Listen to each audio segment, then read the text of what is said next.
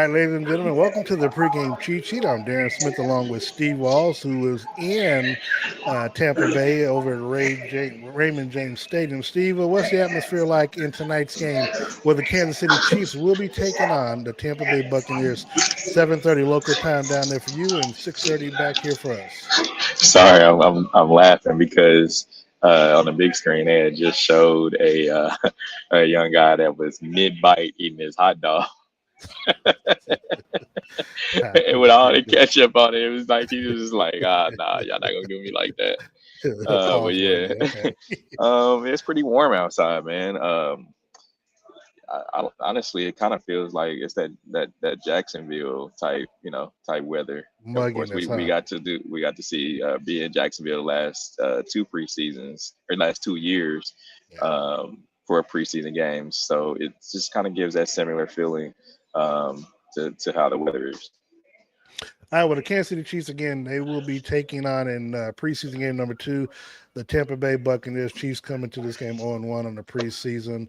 Of course, Patrick Mahomes and most of the starters will be out again for the second game. Whether or not they play next Friday night remains to be seen for any particular series or not. But let's start. Let's start. At the head of the snake. What do you expect to see from Justin Fields in tonight's game? I know the first game he was 4-4 for 41 yards. You and I were in the Chiefs press box and we were talking about whether or not his accuracy of what we Mhm. saw during the off season would translate that to the field. What are you hoping to see this time around?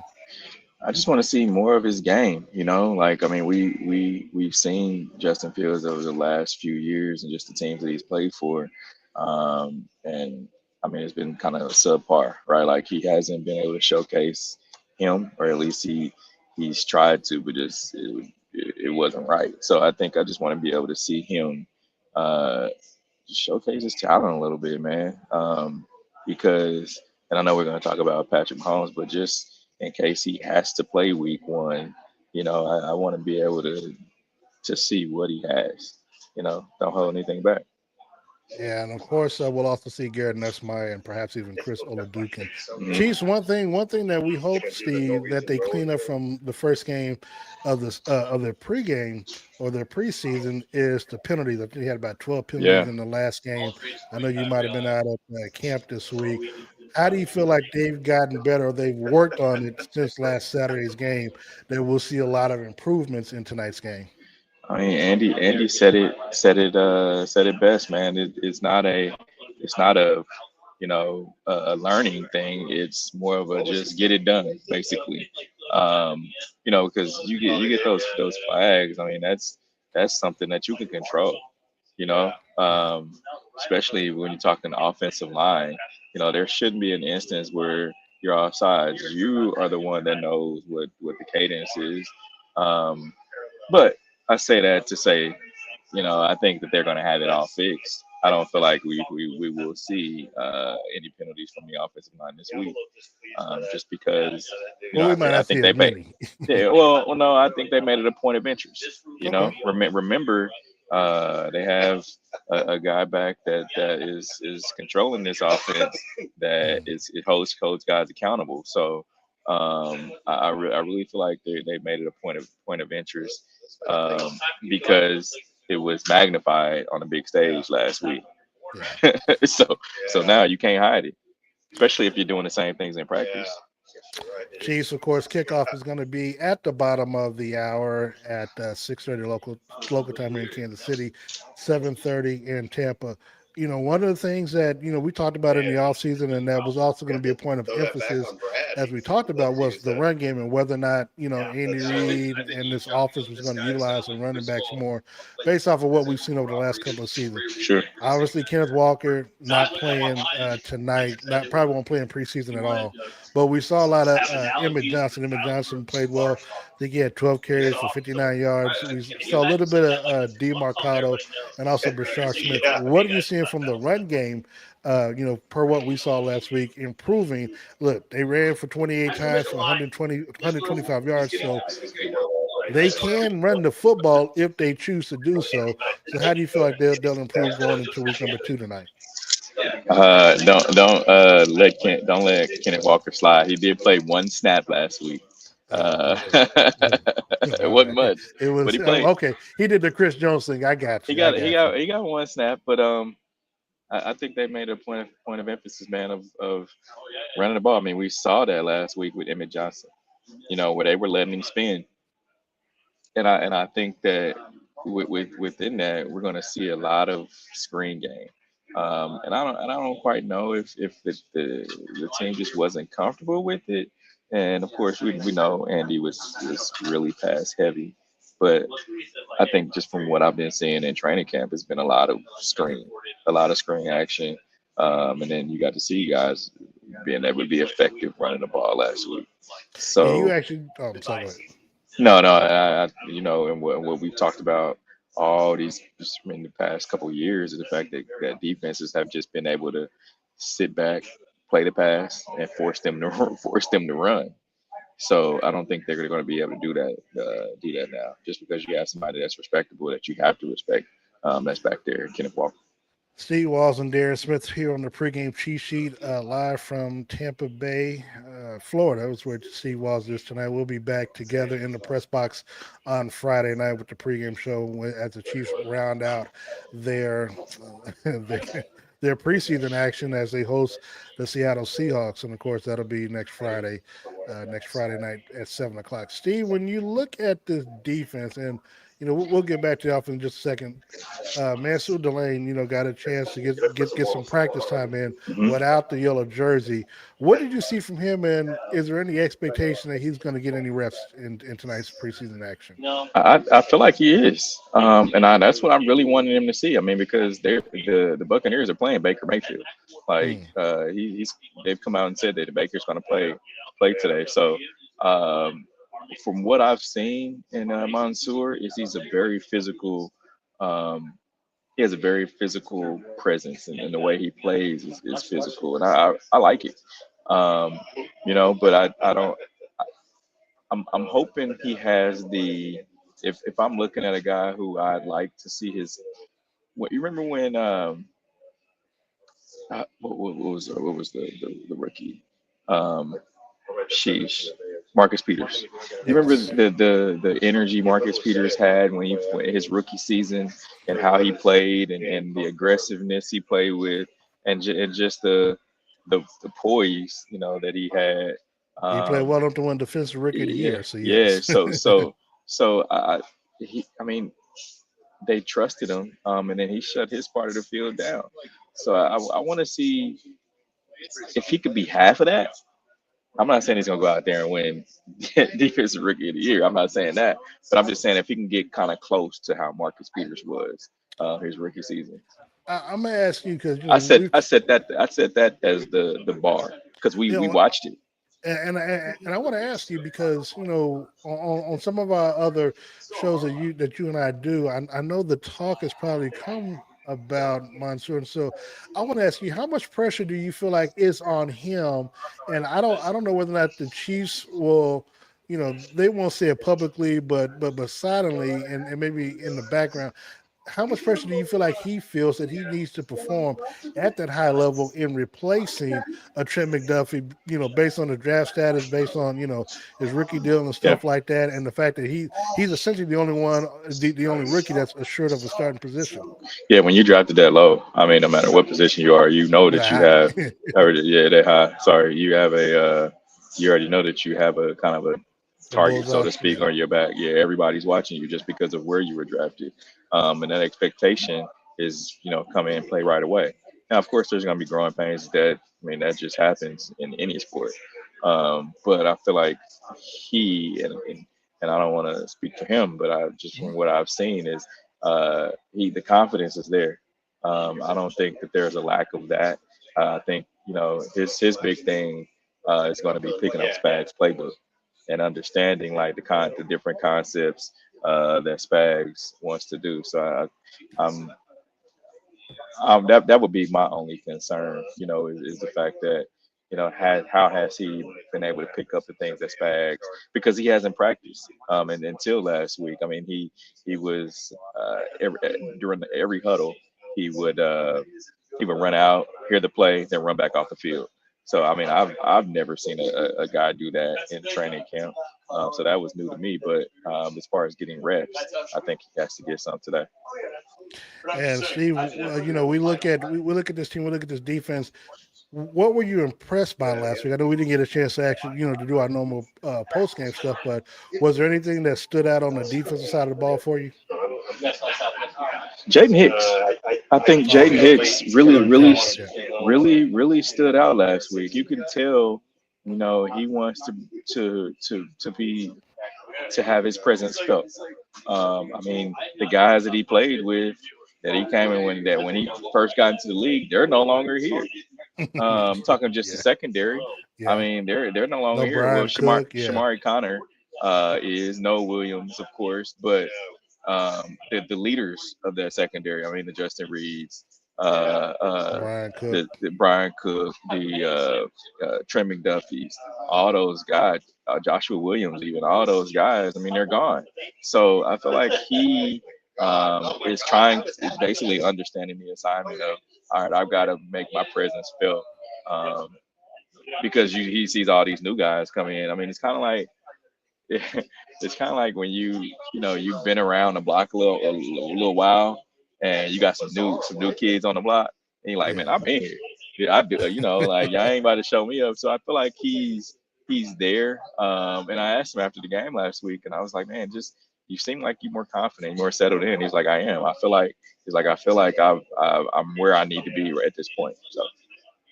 Any chance we see Legarius Sneed in tonight's game? Ooh, as I'm looking out, I was trying to see if I saw him warming up. I don't see 38 out there, so I don't think so. Interesting. This week, I mean, this is the final. This is the final week that the Chiefs are going to be out. Be out at training camp in St. Joe. Now once they get back with this game, they'll come back home and they'll be, Hmm. settled in, at the practice facility going further. What do how do you feel like the camp like atmosphere help, with a lot of new faces who experience Andy Reid's press conference? I mean, is training camp for the first time. I mean, Andy and the Chiefs are one of the. I think there's 3 or 4 teams that still get away from their city to go and do training camp. So I think that helps where you're just away with it's you and the rest of the guys. I feel like that helps. And then how Andy runs his training camp practices. I mean, everything's up tempo. Everything is you don't really get if you're a rookie, you don't get a chance to think. It's just you're going through repetition, repetition, repetition, and then you got to think after practice of like what did I do? So I think that helps to where everything is going so fast um, that when you get to a game, it's kind of it should be easier for you. It was good to see him last week. Eric Bieniemy's presence back on the sidelines, with the headphones on and just being back in there. It's I get it seems for me because I feel like we're a close situation, but I do want to give you a chance to get your thoughts on how what it felt like to have Eric Bieniemy back in that fold. It's one thing to see him in camp, but now seeing him back on the sidelines with the headsets on, knowing that he's out there calling the plays and getting in the face, players face. We talked about holding them accountable, but also there to just not only encourage them, but to motivate them and to get on them when Hmm. when they need to. Man, I think excuse me. I think Travis said it best. um, where he was like, sometimes he'll get on you, and it's just how you take it. If you Yeah. take it the right way, it makes you a better person.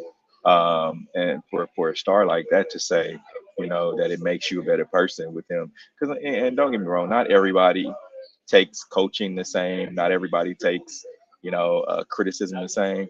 However, if you buy in, and that's all it's about is just buying in and being able to understand like it's not a point of like him getting on you just all the time. It's the point of him trying to make you better because a lot of guys will say it. He'll get on you, but he's one of the first ones that'll come in and congratulate you on if you do something well. No But doubt. it's always good to I mean even hear him finish. Yeah, I mean that within itself is what had been missing the past few years, on top of a bunch of other things. But just something small, so small, like telling the running backs, everybody get to the end zone, you finish the play. Yeah. And I believe it was Monday where I think Rasheed Rice kind of halved after a catch. He just kind of jogged, and AB is like, "No, finish," and everybody heard it. And then Rasheed just kind of jogged out the field. But then the next time that he got the ball, he was running all the way to the Yeah, sideline. I know I he mean, to the was. to the to the end zone. So it's just small things like that I think translates over into the regular season. And I know we didn't get a chance to talk about it much last week, but how do you feel like it's again a lot of these players wasn't around in 2022 when the Chiefs last won the Super Bowl, so that Yeah. means most of them wasn't around when EB was here. So how do you feel like it's been again from what we see in training camp and all season thus far? And then as we move into the actual games being played, how much of a rude awakening do you feel like that these players are going to be in that they haven't had a chance? I mean, they've had a few weeks and a couple of months, so to speak, but they haven't really seen what EB is really going to be like until the regular season kicks off. How do you feel like they're making this adjustment so far? I think I mean I haven't heard anything to where it's been a bad adjustment. I mean I think they've gotten everything they needed to know from the players who have been here. I mean on the defensive side, I mean Chris Jones was here, Nick Bolton was here, so from those guys being the leaders, I'm sure the word has gotten out. And then on the offensive side, you had a lot of those guys that were here as well. So I mean the word's out, they understand. But then you got to remember, you guys are looking at this as a winning organization. So it's like, well, if we're winning, maybe that's why they were, as good as they were. Whereas you look at the report that came out of what was it, Washington, where it was Yeah, like, oh, he's coaching us too hard or something like. that is still Well, the funniest thing I've well, heard. it's. I mean, the expectation there is low. So if they understand, like, hey, this is the expectation, then I mean, there's no argument. Yeah, no, I get it. Chiefs kickoff in about 28 minutes at the bottom of the hour. Steve Walls, Darren Smith here with the pregame cheat sheet live from Tampa Bay, Florida. It's Steve Walls at the Raymond James Stadium. Steve, looking back at this offense and the team overall, one thing we kind of joked about is, and I talked to him briefly in the locker room after the game. Harrison Bucker, Hmm. he is obviously going to lead the team in scoring in the preseason Let's with his hope not. four. No, I'm talking about in the preseason Oh with his yeah, for sure. with his 4 for 4 kicking on last week. But seeing special teams, was there anything that stood out special team wise? Because I know a lot of times we talk about offense and defense, and we kind of neglect a little bit, on the third part of the game. But how do you feel special team looked? I mean, I know, Ariza, I mean, he did pretty well, obviously, with the field position and with the punts and stuff. Averaging, I think, as long as he had last week was 57, I think it was. Hmm. But how do you, you know, when you got a chance to look at the special teams play last week, what stood out for you? I mean, you always gonna have these guys that go hard just because they understand, like, and Dave Yeah, told expresses to them, like, hey, this is how you're gonna be able to make this team.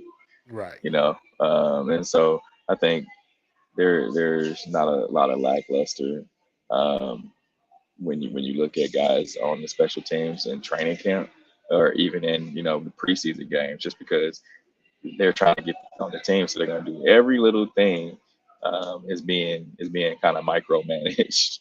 So and then from Harrison's standpoint, he talked about earlier in training camp that he took practice a little differently this year. Um, and what he wanted to do, in training camp. So, I mean, it looks like it's paying off. To be honest. One of the things that stood out for us last week was not only the running game, but some of the offensive weapons that the Chiefs got a chance to put on display as it relates to the wide receivers. And Jalen Rose got a chance to get some playing time last week. Hmm. We saw Jake Brennan Stool and also Cyrus Allen, who had a couple of big catches, including one where he was climbing the ladder, so to speak. Anything stand out with you with our wide receiving and tight end play? I mean, they are who we thought they are, because you think about just the guys that were here last year and the additions. of a guy like Cyrus Allen. He could, definitely step into a role where, um, step into a role where he's a legit number two. And don't get me wrong, I don't think they really have a number one right now. Mhm. Now, if Rasheed could be what he was his rookie season, then yeah. But as of right now, I don't think that they have like a legit Yeah. dog number one. It just and it's no disrespect to them, but it's just like a couple guys that are just complementary pieces. I think somebody has to step up and be like the number one. Say, hey, I'm gonna go to. Like for instance, when Tyreek was here, you knew come hell or high water, and that was the saying. Like, if it, Tyreek's down there somewhere, because that was they people guys knew that was his go-to. Yeah. Looking at this as we wrap up, Steer, and of course, when we get to week number one, we'll have more in depth because we'll know who the 53 man is, we'll know the starter stuff like Hmm. that, so we can talk more in place. Sure. Right now, we got what's before us and what's going to be shown on the field tonight. As we close out, your closing thoughts on what to expect, what Chiefs fans can expect from these players in tonight's game, those that are going to get their crack at it. Because I had explained to a lot of people that the reason why you're not seeing a lot of starters now because you cut it down to 3 games, the preseason. Now you got to take a look at what you actually have, of the players who are trying to make the squad, Hmm. and then those that you're trying to get tape on for potential draft picks or something via trade or whatever. So in tonight's game, how do you feel like Chiefs fans should watch this game and what should they be looking out for? I mean, a lot of this team is already set. Um, you're gonna be looking at some of the extra things that guys do to try to make the team. The extra block here, the hustle here. But I feel like when you look at just how the team is made up, um, they should be looking at Justin Fields, right? Because I mean, Mm-hmm. and I was saying this earlier. It's like if if Patrick doesn't, he's not playing tonight. If he doesn't play next week, I don't think he's playing week one. That's just me. Who, Patrick? Yeah, I don't see where it's a Oh wow. scenario where I don't see it's a scenario where he's gonna be going out there against Denver Monday night. He hasn't had any game reps. I just if he does, cool. But like I don't see it.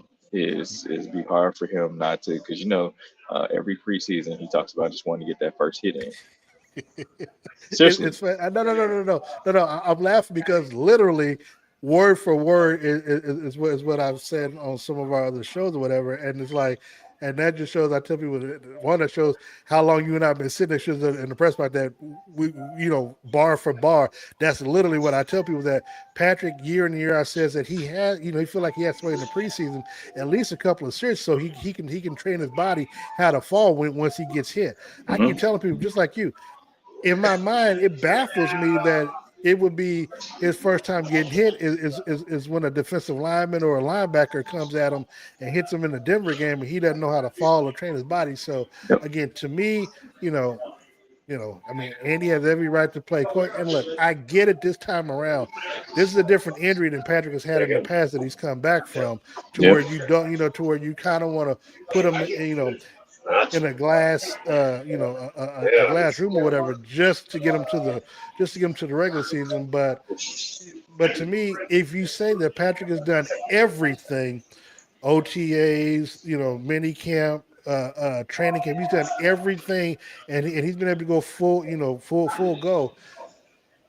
It's hard for me to see that he not take at least a series Yep. next week, Yep. next Friday night, just for the home team, just for the home fans, and maybe 1 or 2 series, and then you get him out of there Yep. just so he can just because I feel like he has to get that because you're not going to let him get hit in practice, so he's got to get that one hit at full speed so he kind of get just feels what it's like, saying to hit the ground again because he hasn't been hit since he got hurt. Yeah. That's what I'm saying. That's exactly my same thing. That what I'm saying is like you want him to be able to because it's a huge mental thing, you know, Yeah. to understand like, hey, my knee is good. I mean, it's one thing to do preseason training camp. But then it's another thing to actually take those like live bullets Yeah, in a game. But then I can see the on the flip side of that, you don't want a third string or second string guy like last week. They didn't even travel a bunch of their starters. The Rams didn't. yeah, So you don't want that second, third string guy that is trying to make a team, uh, barreling down and coming at your quarterback, that's coming back from an ACL. So there's that, but I still feel like he got to play. Like you can't just put him in bubble wrap all preseason and then expect him to come out week one on a game where you need to win. Um, right out the rip. yeah, And that's the yeah, reason why. That's why I feel like he's going to play regardless if he doesn't play because you can't afford to go 0-1 against Denver because that's hmm essentially a 2 game. You 2 games down already, and so no, I mean, look, I'm with you 1,000% where it baffles my mind, but Andy's Andy, man, and he's got the cash. And look, and again, I get it because Matthew Stafford probably is not going to play this preseason. And again, if you trust Mahomes enough and you trust Rick Burkholder and your medical staff and Patrick says good, we just gotta. I mean, no, did it? We just got to take it. So, but still, Matthew Stafford played into up into end of January. Patrick didn't. This was an yeah, extended yeah, extended off season, man. So yeah, with pretty much that so. being Yeah, said, it was an extended everything. yeah, So yeah, it's gonna be it's and and we were saying this earlier that Andy holds a lot of things close to the vest. And so even if he was not gonna play next or in game one, we wouldn't know. yeah. And even if he did play, we wouldn't know. I mean, he would. I mean, Patrick is probably going to dress like he normally does, and Patrick would probably. You know what? I'm gonna go out on a limb. I think he does get in. I think he does get in one series next Friday, and then comes out. Again, like you, I he just has to, man. Yeah, He just has to. yeah. What would you be holding back for? Yeah, You know? even if it's just to hand the ball off, just Yeah, get him in the one so the fans can see him, because everybody can't afford to go to these regular season games, at the cost that they are. So, yeah. but Steve, before we get out of here, let everybody know how they can contact or follow you on social media, and then give a shout out to our sponsors, please. Yeah, you catch me at Steve Walls KC on all social media platforms at the W Show KC on everything as well. And shout out to my friends over at Dillard's on the Rosa, always taking care of my game day look. Make sure you go talk to them. They're over located at Zona Rosa. That's Dillard's at Zona Rosa. And of course, you can follow me at Darren Smith NFL on all the social media platforms as well. Give a shout out to my guy Todd White and Todd's Closers and Taylor Suits, and also Gates Barbecue. I mean, look, if you don't have your pregame meal before, they open late on the weekend, so you can go by after the game as well and get you some good food. And of course, make sure you load up on Gates next Friday prior to the Chiefs' last home preseason game of 2026. For Steve Walls, I am Darren Smith. We'll be back next Friday night with the pregame cheat sheet live from Arrowhead Stadium. As we say, you're not following us. I don't know what your problem is, but Steve, safe travels coming back. We'll see you next week. Peace. We out.